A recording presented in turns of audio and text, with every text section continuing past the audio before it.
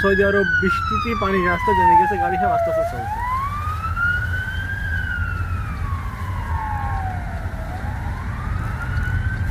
বৃষ্টির পানি সরছে না।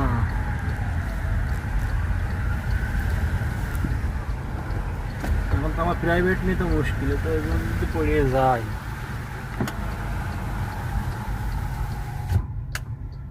ইঞ্জিন যাবে বন্ধ হয়ে,